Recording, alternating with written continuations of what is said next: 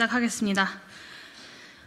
무지한 대통령의 한없이 자유로운 발언으로 이미 망친 한미 정상회담, 역시 허탕이었습니다. 윤석열 대통령이 4월 27일 조 바이든 미 합중국 대통령과 정상회담을 끝으로 5박 7일의 방미 일정을 마쳤습니다. 우선 저는 미국 주요 언론과의 인터뷰에서 드러난 윤석열 대통령의 한일 관계에 대한 역사인식, CIA의 대통령실 도청 파문에 입장을 접하고서는 분노보다는 허탈과 부끄러움이 앞섰다는 점부터 밝힙니다. 한일 관계는 100년 전의 일로 끝난 역사가 아니라 과거 군국주의 반인권 만행에 대한 반성이 없는 일본이 현재에도 군국주의 노선의 고수를 통해 지속되는 역사입니다. 이에 반해 2차 세계대전 이후 독일의 과거사에 대한 반성은 일관되고 반복적으로 유지되어 왔습니다. 과거사에 대한 독일 정부의 공식 입장이 반인륜적 만행 사실의 부인, 변명, 합리화 같은 것들이었다면 유럽 지역에서 오늘날 독일이 차지하는 위상은 꿈도 꾸지 못했을 것입니다. 일본 제국주의의 최대 희생국인 우리나라의 국가 수반이자 입만 열면 자유의 가치를 강조하는 대통령이 기본적인 역사인식조차 갖추지 못했다는 것이 자신의 발언을 통해 전 세계에 공개되었습니다.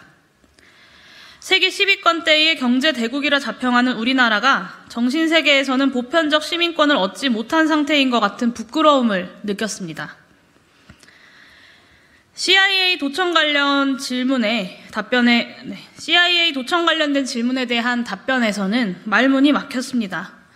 친구가 친구를 도청하느냐라는 질문에 윤석열 대통령은 현실 세계에서, 국가 관계에서 그것은 금지되는 어떤 것이라고 생각하지 않는다라고 밝혔습니다.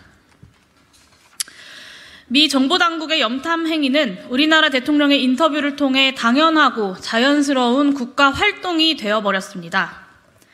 이로써 윤석열 대통령의 이번 발언은 사실상 대한민국 대통령실 도청 허가권을 전 세계에 나누어 준 셈입니다. 이 정도의 인식을 갖고 있었던 것이라면 국가 수반이 앞장서서 미필적 고의에 의한 간첩행위 혹은 간첩행위 방조죄를 저지르고 있다는 말 밖에는 덧댈 말이 없습니다. 어이가 없고 주권국가 수반으로서 체면을 완전히 벗어던진 노골적인 사대가 한없이 부끄러웠습니다. 정상회담을 하기도 전에 이미 드러난 윤석열 대통령의 상황 인식과 지적 수준은 이번 한미 정상회담에서 한국이 거둔 성과와 딱 일치합니다. 이번 워싱턴 선언은 북한의 핵능력 고도화에 맞서 한미 간 확장 억제도 단계를 높인다는 취지입니다만 군사안보적 실효성 제고는 거의 없습니다. 오히려 정치 외교적 선언을 얻기 위해 우리나라 군사 안보는 취약해진 것이 현실입니다. 미국은 그동안 핵 위협을 포함한 북한의 군사 위협에 대응해 한국이 할 수 있는 최대한의 확장 억제책을 제공해 왔습니다. 1950년대에 소위 핵 우산이 있었고 이후 재래식 군사력을 거쳐 사드 배치를 통한 미사일 방어체계 안에 한국이 편입되어 있습니다. 한국 자체의 재래식 군사력도 세계 6위로 평가받고 있고 첨단 무기로 무장한 주한미군 3만 명이 주둔하고 있습니다. 이번에 바이든 대통령이 북한 핵 공격을 가정해 정권의 종말을 초래할 것이라는 공개 경고는 이번이 처음도 아닙니다. 워싱턴 선언에 담긴 한미 간 핵협의그룹의 창설은 회담 전 한국이 요구한 한미 핵전력 공동기획과 공동연습에 대한 완곡한 거부의 결과로 해석하는 것이 합리적입니다. 미국이 미국 대통령만이 보유한 미국 핵무기 사용에 대한 독점적, 배타적, 최종적 권한의 일부라도 동맹국과 공유할 리 만무합니다. 말 그대로 선언적 의미 외에 실질적 효과가 없는 워싱턴 선언을 얻어내기 위해서 윤석열 정부가 내어준 안보 이해를 한번 따져보겠습니다. 첫째, 워싱턴 선언은 한반도 평화체계 구축과 비핵화 목표의 폐기, 북한 핵보유국 인정 등 우리나라의 대북 안보를 더욱 위험하게 하는 대결주의 노선을 전제로 하고 있습니다. 북한의 핵무기 포기 의사와 외교는 언제나 북한 체제에 대한 미국의 안전보장과의 교환이라는 요구로서만 진행되었습니다. 김정은 국방위원장이 2020년 고체 연료를 이용한 대륙간 탄도미사일 시험 발사 등 핵무기 고도화에 재개한 것은 트럼프 대통령과의 극적인 정상회담의 결과가 파국으로 이어지고 난 뒤입니다. 제재의 강화가 북한의 핵무기 고도화를 저지하지 못했다는 것은 미국의 안보 전문가들 사이에서도 어느 정도 공인된 사실입니다. 워싱턴 선언은 힘의 논리에 기반한 그동안의 확장 억제가 실패했다는 자인이기도 합니다. 무엇보다 대화와 외교에 의한 한반도 평화체계 수립이라는 우리나라의 유일하고 절대적인 안보 이해의 포기가 전제되어 있습니다.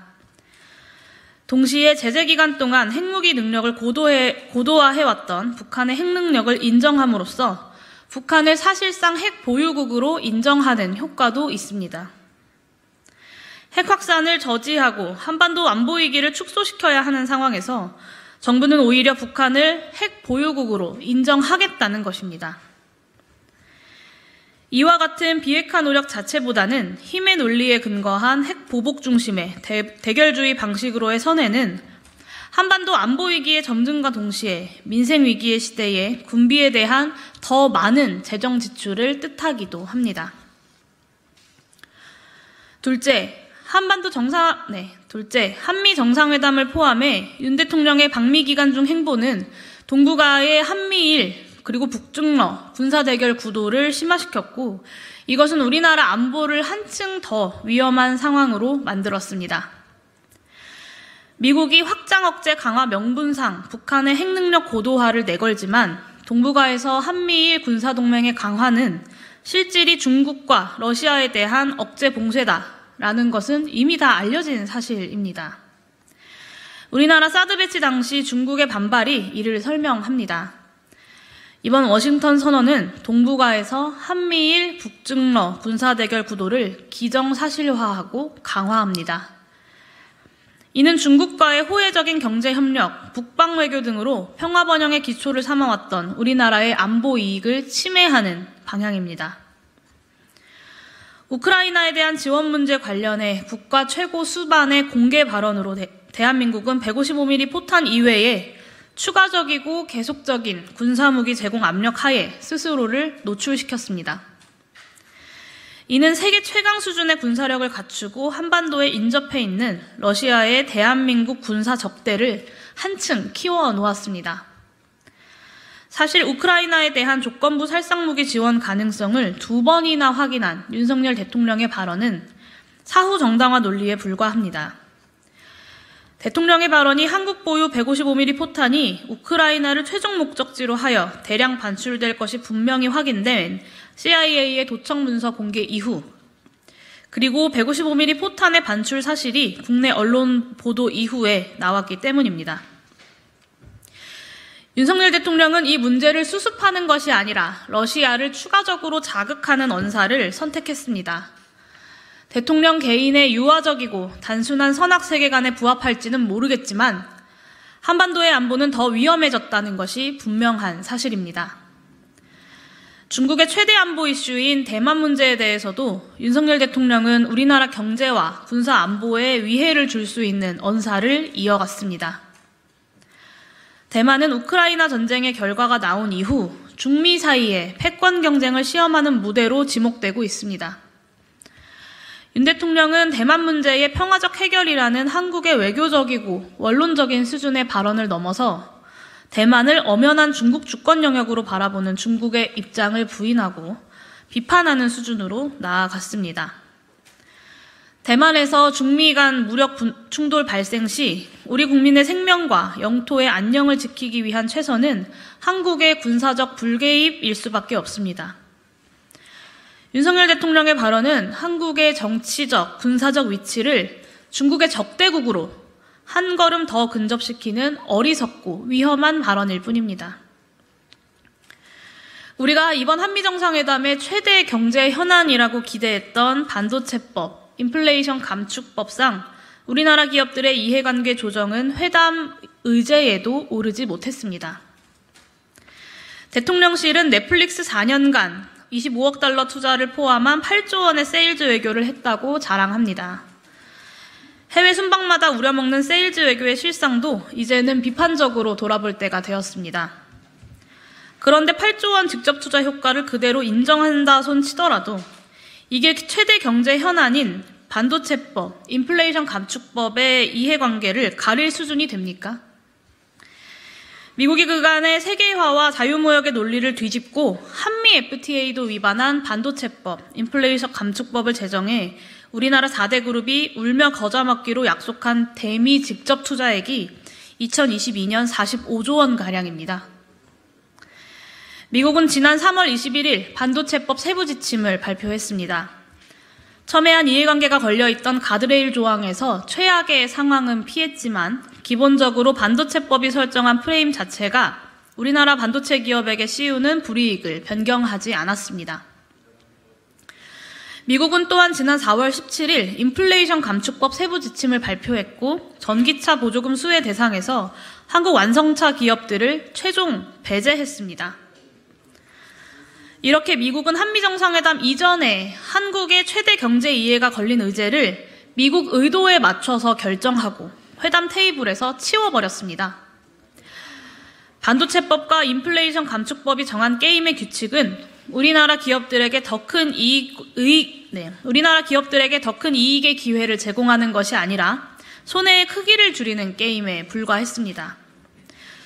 윤석열 정부는 미국 직접 투자의 유예, 지정학적 안보 협력의 크기를 지렛대 삼은 협상의 의지도 능력도 전혀 보여주지 않았습니다. 보여주지 못했습니다. 이상이 한미 정상회담에 대한 저와 기본소득당의 평가입니다. 저는 윤석열 정부의 군사안보 외교와 관련해 더불어민주당에 거듭 촉구합니다.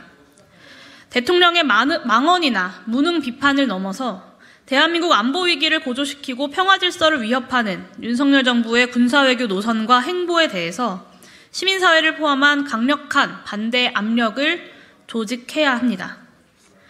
대통령도 역사 해석도 바뀔 수 있고 그에 따라 정책적 무능도 극복할 수 있지만 안보와 평화의 실패는 대가가 너무 크기 때문입니다. 한반도 평화체제 구축, 평화외교, 실리외교의 전통을 자산으로 삼아온 더불어민주당이 큰 역할을 해야 할 때입니다. 지금 당장 한일 정상회담, 한미 정상회담을 비롯한 최근의 안보 위기, 경제 위기를 가중시키고 있는 윤석열 정부의 외교, 안보, 통상 정책에 대한 국회 차원의 비판을 담은 결의문을 준비합시다. 정부가 국민을 위태롭게 할 때 국회야말로 국민의 뜻을 이어받아 정부의 폭주를 막을 수 있는 유일한 헌법기관이기 때문입니다. 학계와 시민사회의 시국선언을 손 놓고 바라보고 있을 때가 아닙니다. 제 정당 및 시민사회와 당장 협의를 시작해 5월 첫 본회의에서는 윤석열 정권의 폭주를 막을 결의안을 통과시킵시다. 이상입니다.